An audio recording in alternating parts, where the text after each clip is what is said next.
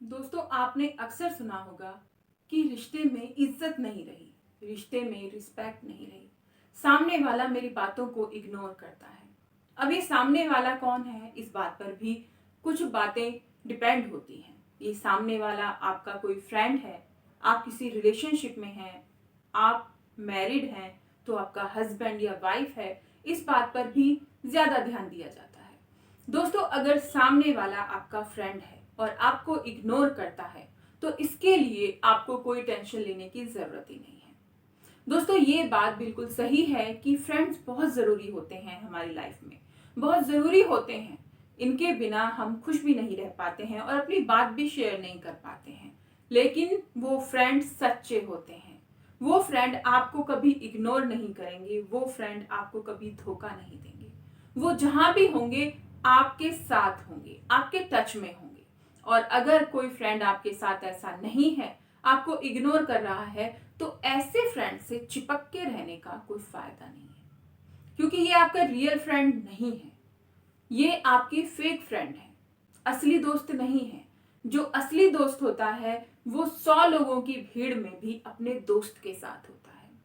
वो 100 लोगों की भीड़ में भी, 100 अपनों के भीड़ में भी अपने दोस्त को नहीं छोड़ता।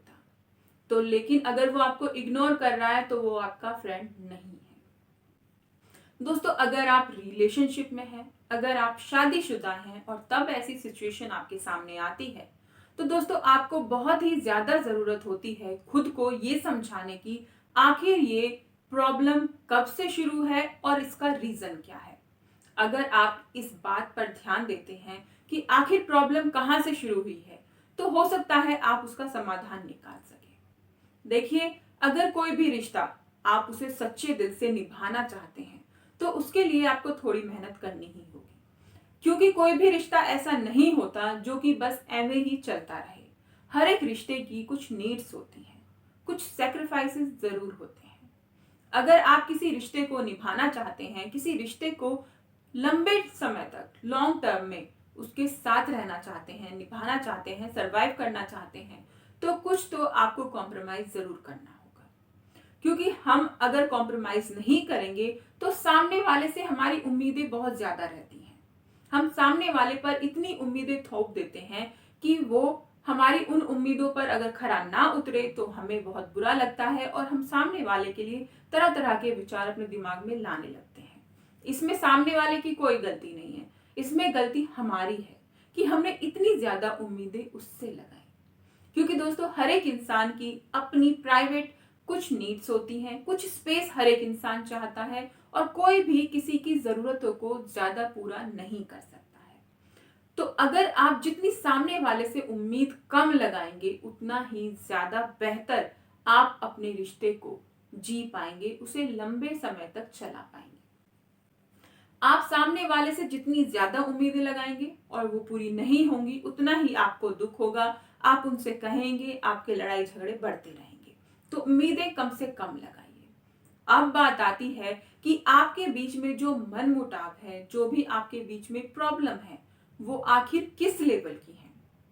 कुछ प्रॉब्लम इस लेवल की होती हैं कि जो माफ नहीं की जा सकती हैं, और कुछ प्रॉब्लम ऐसी होती हैं जिन्हें आप फॉरगिव कर सकते हो और आगे बढ़ सकते हो। फॉरगिव करने वाली बातों पर हम पहले बात करते हैं। दोस्तों, फॉरगिव करने वाली बात ये होती है कि कभी कभार कोई बहस हो गई, गुस्से गुस्से में आपने कोई गलत शब्द बोल दिया है, सामने वाले को बुरा लग गया है, या फिर सामने वाले ने कुछ गलत बोल दिया है गुस्से में, तो वो चीजें तो देखी जा सकती हैं, उन्हें छोड़ा जा सकता है कि चलिए कोई बात नहीं, कभी कभार गुस्से में अगर ऐसा हो गया, आप भी गुस्से में थे, वो भी गुस्से में थे।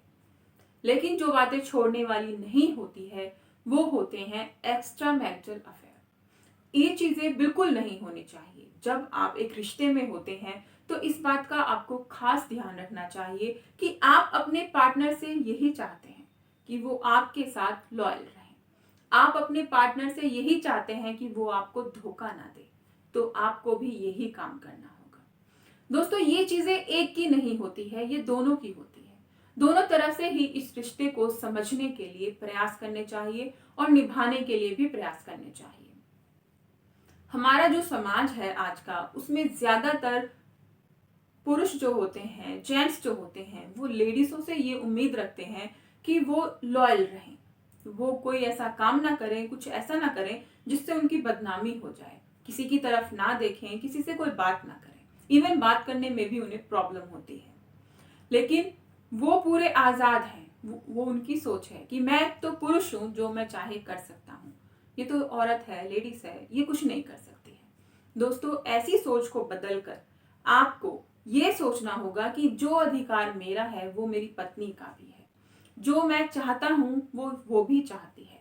अगर मैं ये चाहता हूँ कि मेरी पत्नी किसी से बात ना करे या फिर किसी के साथ उसके कोई रिलेशन ना हो, तो मुझे भी नहीं करना है।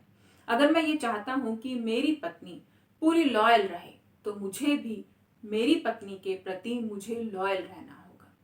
दोस्तों, अगर आप इस तरीके से सोचेंगे, सेम पत्नी को सोचना चाहिए और सेम पति को सोचना चाहिए, समानता दोनों तरफ से होनी चाहिए। और अगर एक जना भी इसमें धोखा देता है, चीट करता है, तो सामने वाले का पूरा अधिकार होता है कि वो उसे छोड़ दे।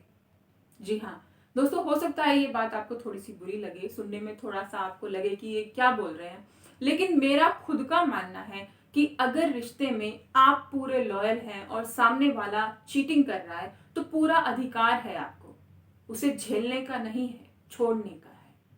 क्योंकि अगर आप उसे एक बार फॉरगिव कर दिया, चलिए ठीक है, क्या गारंटी है कि वो दोबारा वो काम नहीं करेगा। मैंने लोगों को ऐसे भी देखा हुआ है कि जो माफ कर देते हैं, लेकिन फिर बार बार वही चीजें रिपीट होती हैं।